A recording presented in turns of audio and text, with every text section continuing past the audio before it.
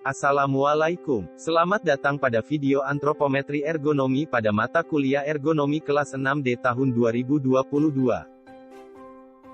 Perkenalkan, kami dari kelompok 1 kelas 6D, yang beranggotakan Handoko dan Edenia Devina.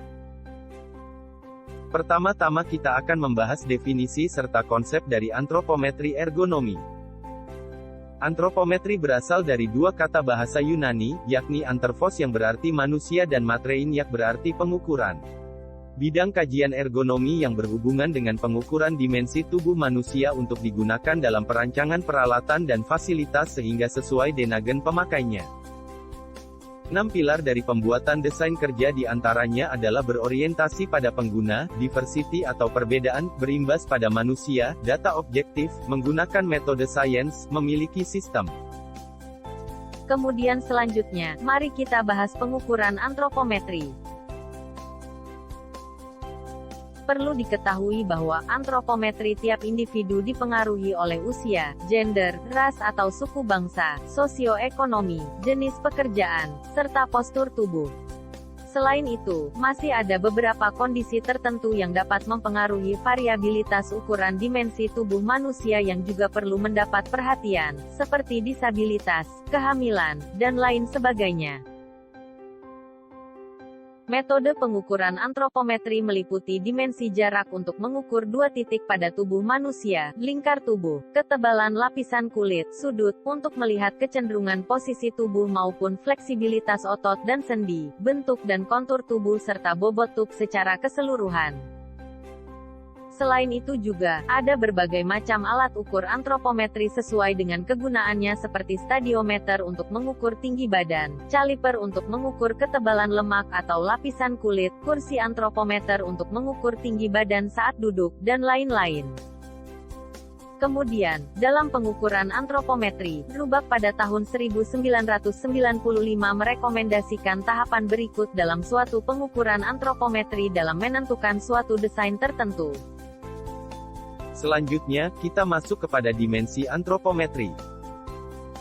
Berdasarkan halaman situs antropometriindonesia.org, dimensi tubuh secara keseluruhan dibagi menjadi 36 bagian yang disimbolkan dari D1 hingga D36 yang dimulai dari dimensi tinggi tubuh hingga dimensi panjang genggaman tangan ke depan, yang dapat dilihat dalam tabel-tabel berikut. Selanjutnya, kita akan membahas data antropometri yang berisi jenis-jenis data antropometri serta data antropometri orang Indonesia. Tipe data antropometri dibagi menjadi 3, yaitu yang pertama antropometri statis yang merupakan pengukuran tubuh di saat posisi tidak bergerak, misalnya tinggi badan dan berat badan. Kemudian yang kedua adalah antropometri statis yang merupakan pengukuran fungsional tubuh saat melakukan kegiatan tertentu, misalnya sudut putaran pergelangan tangan. Lalu, yang terakhir adalah antropometri Newtonian yang digunakan untuk analisis mekanikal dari beban yang diterima oleh tubuh manusia.